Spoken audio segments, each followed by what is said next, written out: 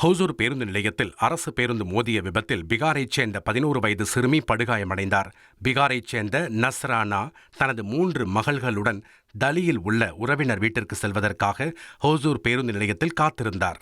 அப்போது ஓட்டுநர் பேருந்தை திருப்பிய போது எதிர்பாராத விதமாக கதீஜா ஃபாத்திமா என்ற சிறுமியின் கால் மீது பேருந்து சக்கரம் ஏறியது. இதில் பலத்த காயமடைந்த சிறுமியை கண்டு தாய் மற்றும் சகோதரிகள் கதறி அழுதது காண்போரை நெகிழச் செய்தது.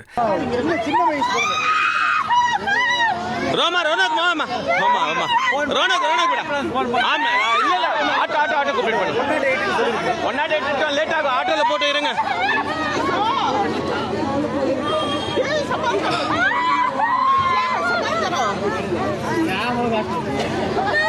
பஸ் கோசி चढ़ा वो गवर्नमेंट बस से 1,25,00,000 மனங்களை வென்ற தந்தி டிவி யூடியூப் சேனல். தவிர்க்க முடியாத தம்ப்நெயில்ஸ், கலக்கலான கான்டென்ட்ஸ். நீங்களும் இந்த குடும்பத்தில் இணைய இப்பவே சப்ஸ்கிரைப் பண்ணுங்க. அசுரபலம் கொண்ட எங்கள் டிஜிட்டல் கரங்களில் உங்கள் விளம்பரங்களை சேர்க்க வாட்ஸ்அப் பண்ணுங்க. 8939888378. Email advttanditv@dttv.in.